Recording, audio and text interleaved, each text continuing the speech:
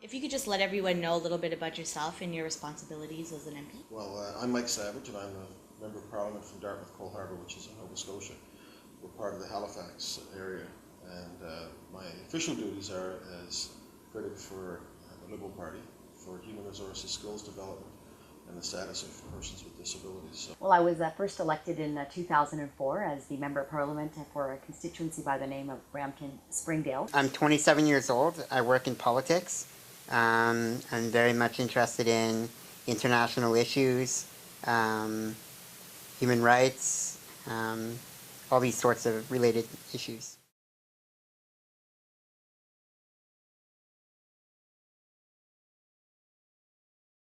How important is it for people with disabilities to run for office? I think it's hugely important because obviously they bring a perspective on their own disability, but also how it relates to everybody else that cannot be replicated. We all come with certain backgrounds. For women with disabilities who plan to run for political office, what challenges do you think they might face, particularly in the campaign process? And how may they overcome those problems? I mean, I think some of it is related to resources. I mean, we have to find a way to assist people with disabilities to get into the process. I mean, they face barriers that the rest of us simply don't. I mean, just the campaigning itself is more difficult. Getting around anything from door to door to other forms of campaigning are going to be more difficult. So I think both the electoral system needs to allow for that. Do you also feel that people with disabilities should be represented in Parliament? Yes, incredibly important. I think that when individuals from all backgrounds, whether one has a disability, if you come from an ethnic community, even in terms of gender, male, female, I think that it's important for Parliament to represent what the demographic of the nation is, and coming with that type of particular experience, I think that you're able to provide more insight, to provide a perspective, and hopefully become a strong champion for those issues.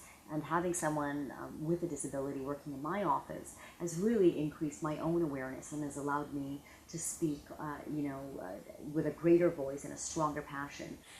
Do you feel that women who may have a disability should be involved politically, and if they choose to run for political office, what type of advice would you give women with disabilities? Well, first of all, that it is possible. We have Stephen Fletcher, who was one of the first Conservative members of Parliament, here in Canada's Parliament as a quadriplegic, and I think we've had a chance to see, just his story, which has been a real inspiration. So we need more women in Parliament. We are only at 22% out of 308 MPs, so we as a country have a lot of work to do. So Mitch, why do you feel that you're best suited to run for political office? I think me being in Parliament would bring more diversity to Parliament. If you take a look at Parliament now, it's quite diverse, but I think me being there would just add to it more. My passion for the many issues that I would advocate for, I think, would be beneficial to the people of the riding that I would be in. So fresh face to politics, new ideas, I think would be beneficial for Canadians. So before you even enter into any type of political office, we all know that you have to run a successful campaign. So what problems do you think, Mitch, you might face during your election campaign? Well, I think like everybody, people face many challenges while going into a campaign. But like anything, you overcome those challenges or obstacles. So I see the campaign, sure there'll be the hard times, the good times, and challenges and obstacles, but I think I'd be able to manage it perfectly well. I've done a lot of things in my past where many different types of challenges and obstacles came forward, but they were all manageable. So.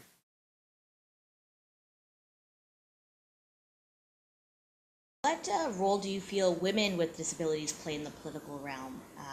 Where do you feel that they might fall into place? Because of the burden that's placed on women with disabilities, particularly balance issues with family and everything else, we need to do a lot more. We need to provide financial supports for people to run who have disability.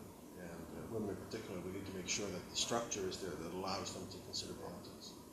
A lot of people talk about the issues of accessibility, and with issues with this accessibility, it mostly falls under city councilors. So there are federal programs, a lot of federal programs. On the education side, where we partner with the provinces. On accessibility side, the federal government has, for example, a program called Enabling Accessibility. I've been a very fierce critic of it because I think it's become politicized beyond belief and scandalously so.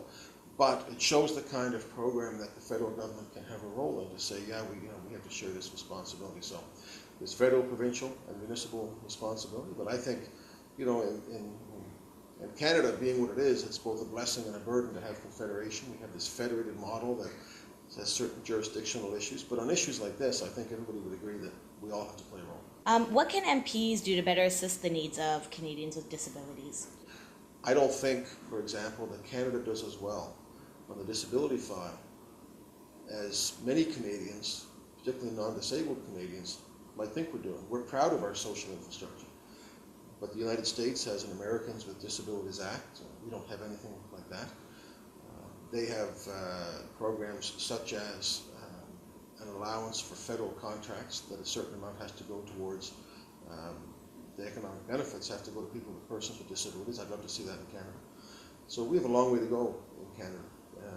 And I think we have a short time to get there if we really want to make a difference. How engaged are MPs, generally speaking, when it comes to disability issues? How are your relations with trying to deal with issues of disability with other MPs? I think pretty good, but for example, the committee on which I sit, the Committee of Parliament, which has a responsibility for people with disabilities, used to have a subcommittee on a regular basis that met on disability issues. And we don't have that, so a couple of us have tried to revive that. On the positive note, though, the Human Resources Committee is our next major study. We were just finishing one on poverty, which certainly related in many ways to people with disabilities because such a high percentage of people with disabilities live in poverty. But our next major study is going to be on disability, and we're going to take some advice from the community as to where they'd like us to go. I think one of the areas we think we need to go is employment opportunities for people with disabilities. So there are areas where we're engaged in that issue. So, do you feel that a disabled woman of color would be better suited to represent a larger group of Canadians? It comes down to what the general public would want. Does this person represent their needs? Does this person raise the issues that they care about? Just because somebody is of a certain color or gender or disabled or not disabled, what it comes down is, who is this person? What does she stand for? Who is she fighting for? And I think that's an important question to raise, as opposed to maybe her color or gender. Do you think disability issues are important for Canadians? Disability issues are incredibly important for Canadians to take a look at the number of people that do have some sort of disability, and sometimes it's visible where you have people in wheelchairs, and other times the disability, is invisible, and one cannot see it just by looking at that individual.